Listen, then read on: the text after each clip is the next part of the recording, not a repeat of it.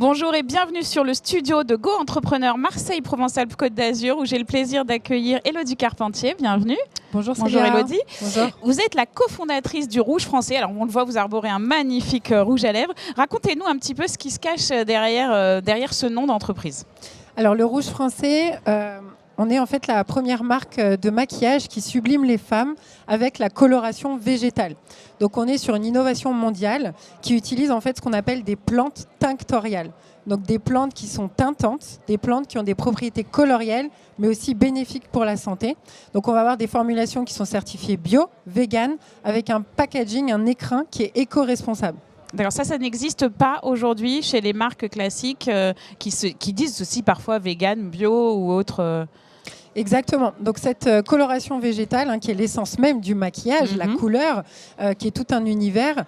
Aujourd'hui, 90% du maquillage utilise des pigments issus de la synthèse chimique, donc des ressources qui sont issues du pétrole, de la pétrochimie, qui sont des ressources non durables et potentiellement controversées.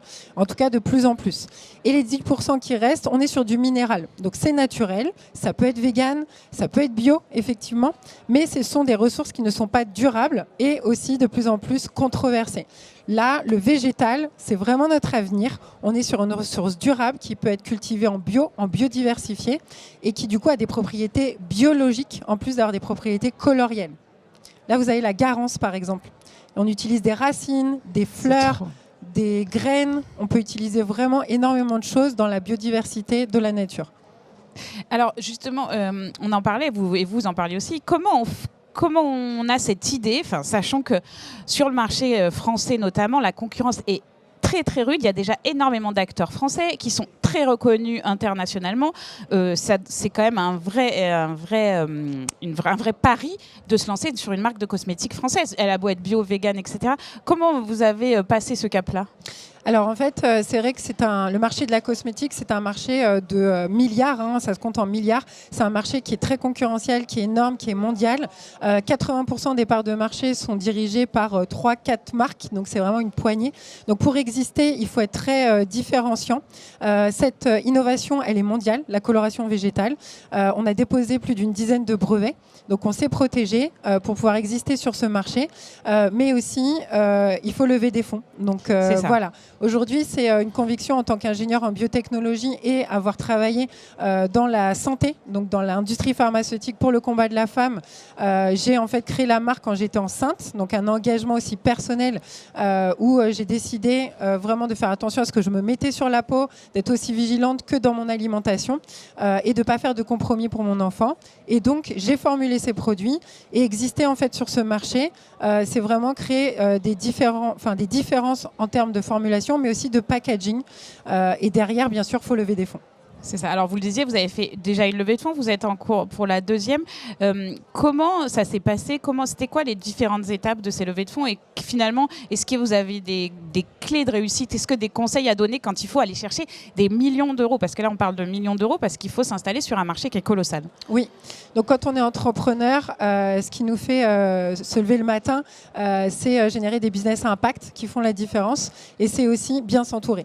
Bien s'entourer, convaincre.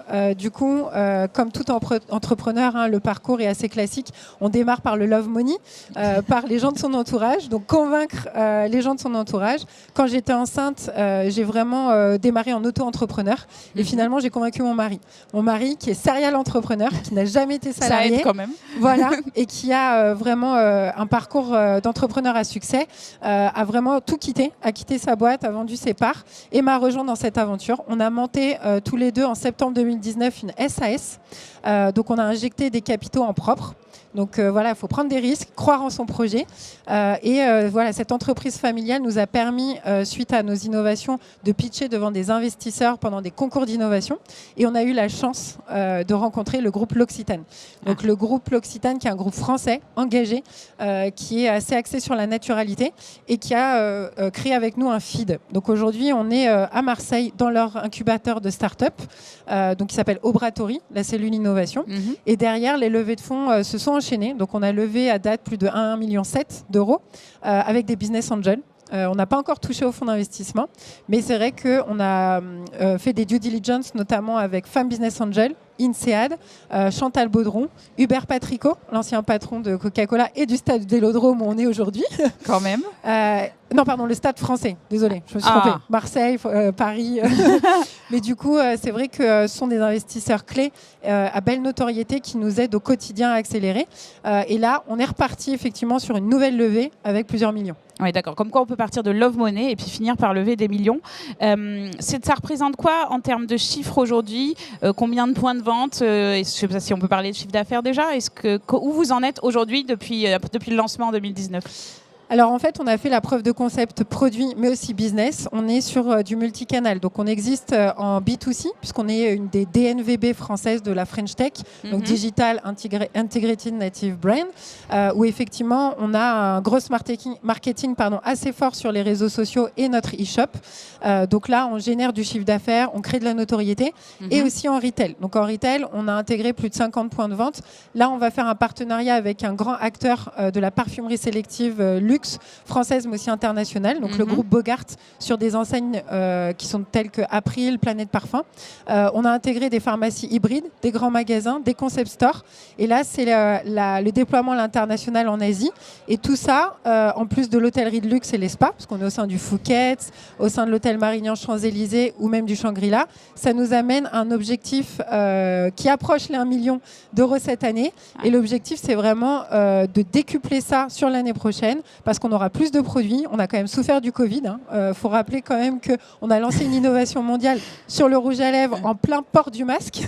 Donc, on a ça accéléré. a fonctionné quand même, donc comme quoi. Voilà, donc l'innovation a fait ses preuves, mais il a été important d'accélérer et vraiment de sortir la gamme regard. Là, vous avez le mascara et les eyeliners en verre qui sont en packaging aussi éco-responsable pour vraiment sortir du masque et générer du chiffre d'affaires. Finalement, vous avez développé les autres produits plus vite que si vous étiez dans une situation normale, en fait. Ah oui. Ouais. En fait, le Covid, toutes ces situations à risque, en fait, vous faut bouger les lignes en tant qu'entrepreneur. On est sur de l'amélioration continue, on se pose des questions tous les jours. Et même si vous avez un business plan, il y a une personne qui m'a dit ça, et c'est vrai que je retiens toujours ça, il n'y a que les chiffres en bas de la page qui sont vrais. Donc voilà, il faut se réinventer tous les jours. Et s'adapter à la situation et au contexte. Exactement. Très bien. Élodie Carpentier, merci beaucoup pour ce parcours très inspirant et tous nos vœux de réussite pour la suite. Merci à beaucoup. Bientôt. Bonne journée.